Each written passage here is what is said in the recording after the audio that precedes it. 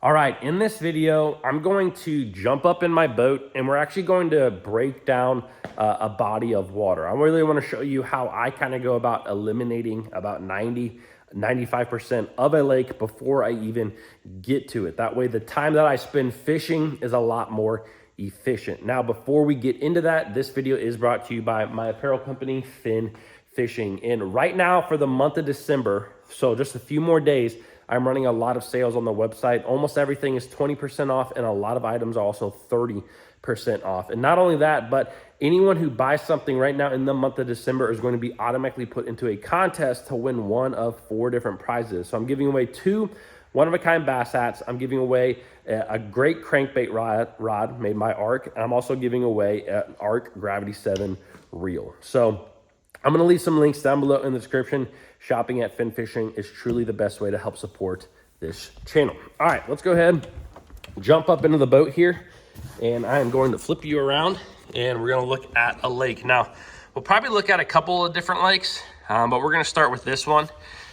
So in my mind, this is kind of similar to a lot of lakes around the country where you have a dam on the bottom end, you have a river section kind of up here that feeds in the lake. And this is what a lot of lakes kind of look like. Now, right off the get-go, one of the biggest things that I try to do when I go to a lake, especially a new body of water that I'm not familiar with, is I want to look for areas on the lake that have a lot of different types of cover and really everything that a bass needs in a small area. This just really helps me to break down the body of water a lot more quickly. Now, the thing that you should know is there's probably bass from the very top end of this lake to the very bottom end of this lake. Like, that is just what you see in a lot of lakes. That's why different guys can get on different patterns at times. But if I zoom in a little bit more on this lake, I know right off the get-go, something that jumps off on the map to me is this little section right through here. So let me zoom in a little bit. This little area right through here, like I said, it really has everything that a bass needs in a very short distance. So as you can see right up here, you have like a good spawning area. You kind of have this northern pocket. You have a little northern pocket right here. You actually have a bridge down over here. I'm not sure if you can get a boat under this particular bridge that's right there. But this area, I'm sure, has a lot of fish that spawn in it as well. So you have a lot of spawning area. That's one of the main things that I always look for. But not only that, but you also have what bass are going to want during the winter and during the summer with all of this structure that is out here. So as you can see, I love river channels and creek channels.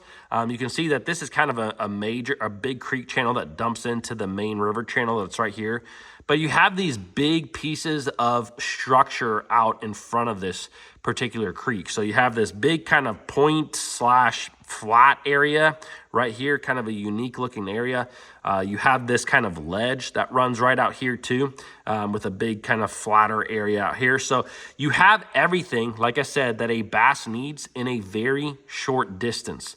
So if I was going to this lake for the very first time, I would concentrate on this very small area because, again, it has everything that a bass needs. And then what I'm going to do is I'm going to duplicate what I see in this area across the lake as I start to catch fish. So depending on what time of the year it is going to depend on where I start. You know, if it's the springtime, the water's in the 50s or the 60s, you know, I'm going to start probably in some of these more protected pockets because I know that a lot of fish are going to be spawning and in these areas. Now, if it's the summertime or the post spawn, I might start out here on some of this structure and kind of work my way up in trying to figure out exactly where the bass are. Now, depending on where I start catching bass, then I can start duplicating it. You know, if I'm catching them in these little spawning areas, then I can kind of zoom out.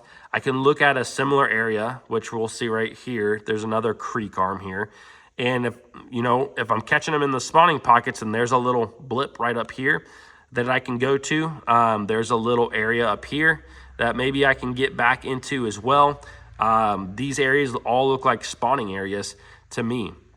And so this little pocket, by the way, or this little area too, by the way, it kind of sets up similar in general. The only difference is if you look at the this particular creek, you can see that it's very flat in the middle of the creek, and it's very steep on the side. So I'm guessing this all probably looks the same once you get up in there, where if you look at this, that first area that we picked, it's a little bit more, there's a little bit more as far as structure elements in the lake. I mean, you have this little point that shoots off down there or whatever that is.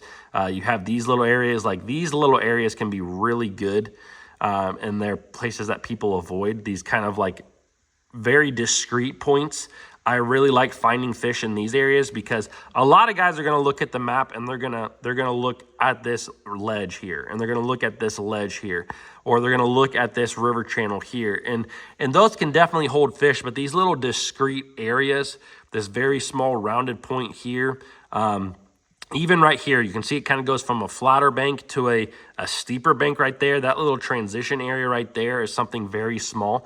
That if you catch fish there, then again, you can start duplicating it across the lake. So that's really what I do. I mean, I try to break down lakes into really small areas, and then I can, from there, more or less duplicate it across the lake. So here is another lake over here that we'll go to. I've never been to this lake, but you can see that it's kind of similar to the last lake as well. You have a what looks like a dam on the end of this lake right here. You can see where it stops, and then you kind of have looks like two main rivers that come into it. So anyways, I'm sure that this section tends to be clearer. You kind of have a middle section, which is a little bit more off color, and then I'm sure that this area up here can be muddy at times. But again, looking at a map from a distance, you know, the place that jumps off at the map is going to be this creek to me right here. This would be the first place, and I've never been to this lake at all. I don't even, what's it called? Maybe you guys have been here. I